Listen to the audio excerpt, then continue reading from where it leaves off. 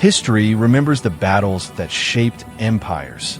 But some wars are buried beneath the dust, forgotten not because they lacked glory, but because they came too close to erasing everything. Long before the might of Sparta or the brilliance of Athens, there was a moment when the very idea of Greece, freedom, courage, unity, almost vanished. This is the story of a lost battle that almost ended ancient Greece. A story of warriors who stood when all hope was lost, and of a defeat that gave birth to a nation. Welcome to Legacy Chronicle Hub. Don't forget to subscribe and click the bell icon for more epic history stories. 500 years before the birth of Christ, the Greek world was not a country. It was a collection of proud, competing city-states. Athens ruled the seas with intellect and democracy. Sparta commanded the land with discipline and fear. Thebes, Corinth, and countless smaller cities each saw themselves as the true heirs of Hellenic greatness. But pride breeds weakness. While the Greeks fought each other, a shadow was growing in the east, the Persian Empire. From the deserts of modern-day Iran to the edges of India, Persia stretched like a golden serpent. Its king, Darius the Great, sought not just land but obedience.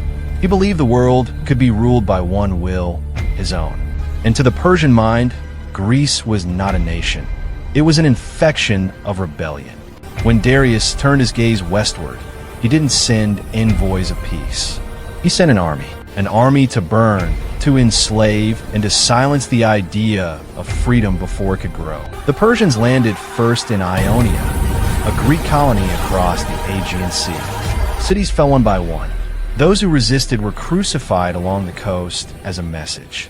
Asterisk, bow to the King of Kings. Asterisk, but resistance has a strange way of echoing through time. One Greek city refused to kneel, Eretria. When Eretria fell, its survivors sent a desperate message to Athens. Asterisk, they're coming. If we fall, Greece will follow. Asterisk, in Athens, the assembly gathered. The people argued, shouted, feared. Some wanted to surrender. Others, led by men whose names would later echo through history, demanded a fight. And so, for the first time, Greeks united. Not as Athenians, not as Spartans, but as free men standing against tyranny. They gathered what they could: farmers, fishermen, blacksmiths, poets. Each man carried a shield, not for himself, but to protect the man beside him. That was the Greek way.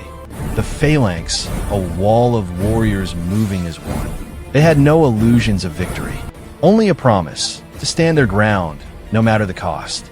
Visual, a vast, foggy valley.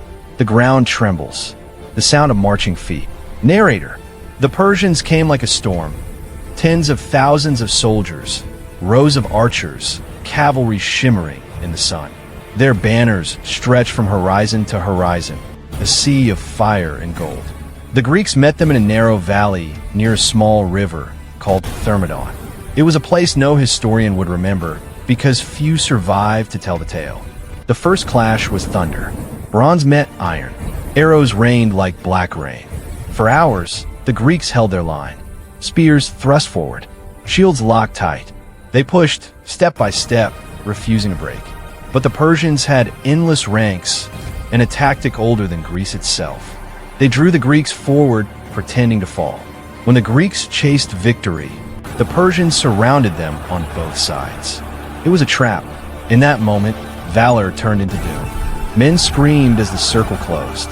The air filled with dust and death. There was no sky, only chaos. When night finally fell, the valley of Thermopylae was silent.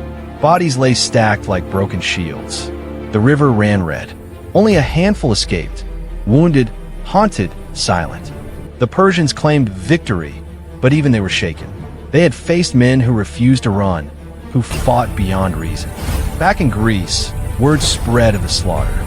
Cities mourned, mothers wept, temples burned offerings to forgotten gods. And yet, something began to stir. Loss has a way of binding the living. The Greeks realized that their rivalries had cost them brothers, that in fighting each other, they had weakened themselves for the enemy that sought to destroy them all. From tragedy came clarity. Athens called for allies. Sparta, proud and unyielding, agreed. For the first time in memory, Greece stood together. The men who died at Thermopylae became more than soldiers. They became symbols of courage, of unity, of defiance. The Persians would return greater, stronger, and more determined. But the Greeks would be ready because of the men who died in that forgotten valley. Years later, when Persia invaded again, the Greeks remembered Thermopylae. At Marathon, they fought like men possessed and won. At Salamis, their ships cut the Persian navy to pieces. At Thermopylae, 300 Spartans gave their lives to buy time for Greece to fight another day. But the fire that burned in all those battles, it began in a place few remember, with men who never saw victory, yet made it possible. We call it the lost battle that almost ended ancient Greece. But perhaps it was not lost at all. For in that defeat, Greece found its reason to rise. And from those ashes came an idea that men could choose their destiny, that freedom was worth dying for. That idea crossed oceans, shaped revolutions, and still echoes in every free nation on earth. Empires rise and fall. Kings are forgotten. But courage lives forever. Some stories are too powerful to die. They sleep beneath the earth, waiting for someone to remember. And when we tell them, they breathe again.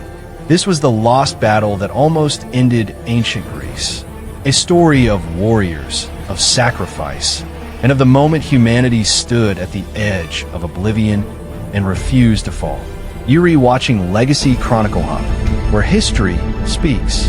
Don't forget to subscribe Legacy Chronicle Hub and click on the notification bell so you don't miss any new videos from us. Bell.